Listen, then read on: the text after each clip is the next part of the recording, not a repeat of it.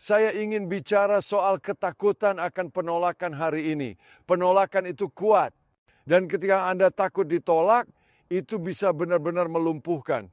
Ini adalah salah satu ketakutan paling melumpuhkan umat manusia.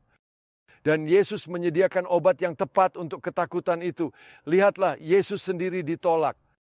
Dan dalam penolakannya oleh manusia, ketika dia disalibkan di atas kayu salib, dia menyediakan sebuah jalan bagi Anda dan saya untuk diterima. Dan ketika kamu diterima oleh Tuhan, kamu diterima. Dan itu menghancurkan rasa takut tersebut. Anda menjadi anak Tuhan. Dan apalagi yang bisa lebih besar? Tidak ada yang lebih besar daripada menjadi anak Tuhan. Kamu adalah imamat kerajaan, bagian dari hal terbesar di dunia, mengenal Tuhan bagi umatnya. Dan apa yang terjadi adalah Yesus Kristus datang ke bumi ini. Tuhan itu kudus. Dia adalah kemurnian absolut. Dan karena dosamu, karena dosaku, kami telah ditolak. Kita terpisah dari Tuhan karena ada penghalang antara kita dan Tuhan yang suci. Namun saat Kristus wafat di kayu salib, dia menyediakan pengampunan dosa kita, sehingga kita diterima oleh Tuhan Bapa yang kudus. Dan kamu tahu saya tidak mengerti ini.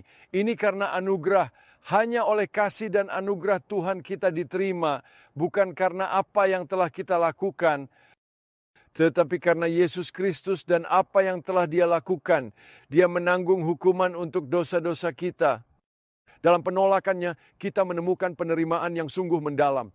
Dan hal yang benar-benar luar biasa tentang itu adalah penerimaan dari Yesus Kristus adalah mutlak, total, lengkap, dan murni tanpa syarat.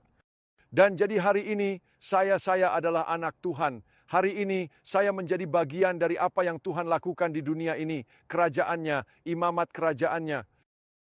Oh, dengarkan, kamu sungguh perlu menolak penolakan dengan sepenuh hati menerima Kristus. Lihat, penolakannya yang tegas memang menyediakan penerimaanmu. Jadi datanglah ke salib. Percaya pada salib. Saat ragu atau berjuang, pergilah ke salib. Peluk salib. Itu tempat penerimaanmu.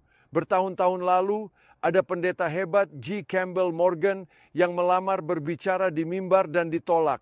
Ayahnya menulisinya catatan dan berkata, ditolak oleh manusia.